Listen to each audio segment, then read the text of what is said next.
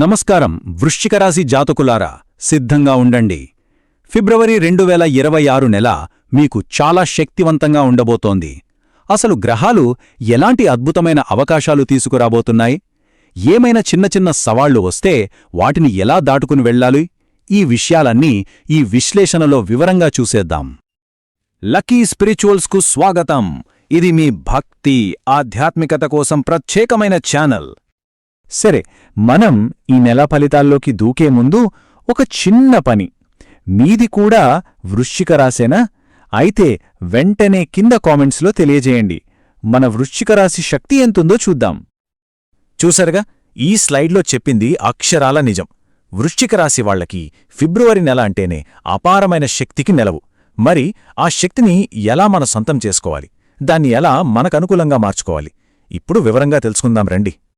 ముందుగా ఒక మంచి శుభవార్తతో మొదలుపెడదాం. ఈ నెలలో రవి, కుజుడు ఈ 2 గ్రహాల అనుగ్రహం మీకు అద్భుతంగా ఉండబోతోంది.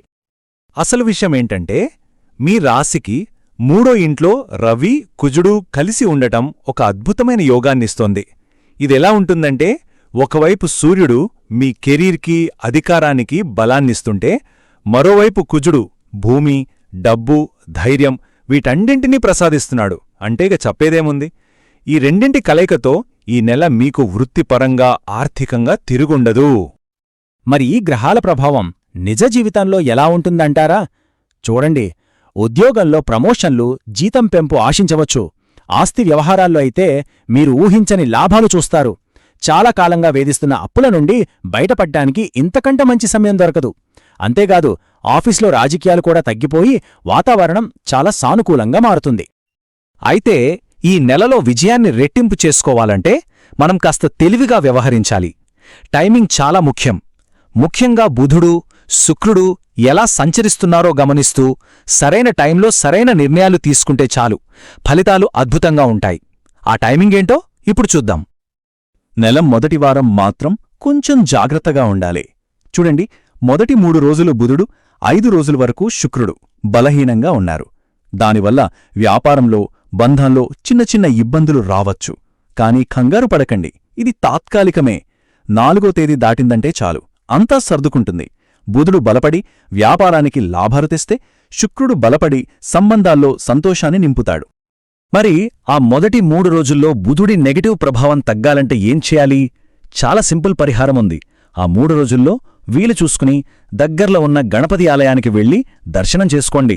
అంతే, విఘ్నాలన్నీ తొలగిపోయి మీ ఆలోచనా శక్తి పెరుగుతుంది. అలాగే మొదటి 5 రోజులు శుక్రుడి అనుగ్రహం కోసం. ఇక్కడ కొన్ని ఆప్షన్స్ ఉన్నాయి.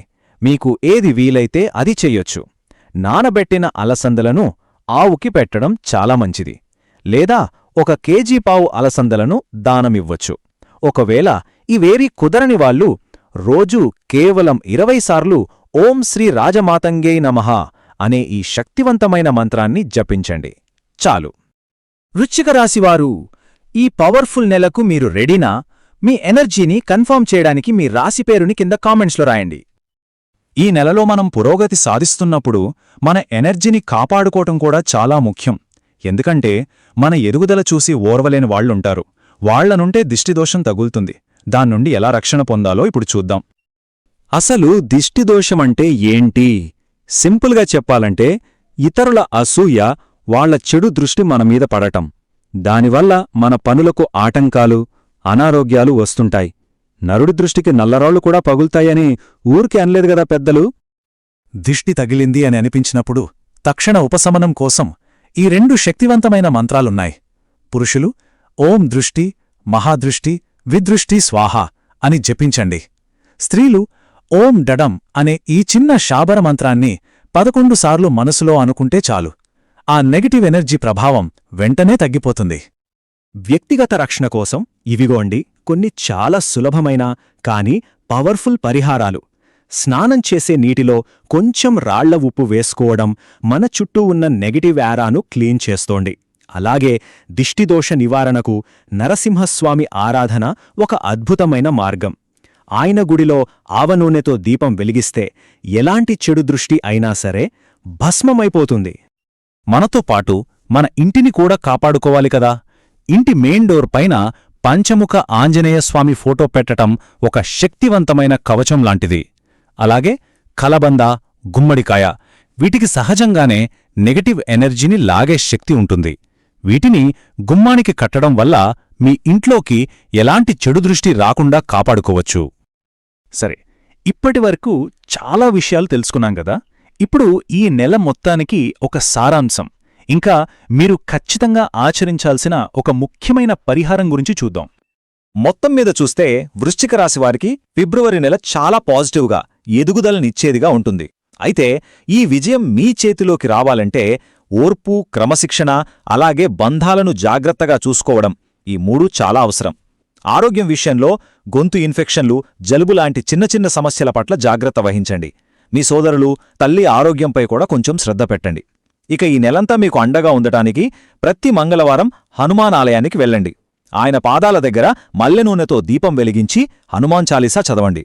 ఇది ఈ నెలకు అత్యంత కీలకమైన పరిహారం, మర్చిపోకండి. ఇలాంటి మరిన్ని ఆసక్తికరమైన ఆధ్యాత్మిక విశ్లేషణల కోసం దయచేసి లక్కీ స్పిరిచువల్స్కు లైక్ చేయండి, మీ మిత్రులతో షేర్ చేయండి, మరి తప్పకుండా సబ్స్క్రైబ్ చేసుకోండి. మేము తర్వాతి విశ్లేషణ ఏ అంశంపై చెయ్యాలో మీరే చెప్పండి. మీ రాశితో పాటు మీ సలహాను కింద కామెంట్స్లో తెలియజేయండి. ధన్యవాదాలు.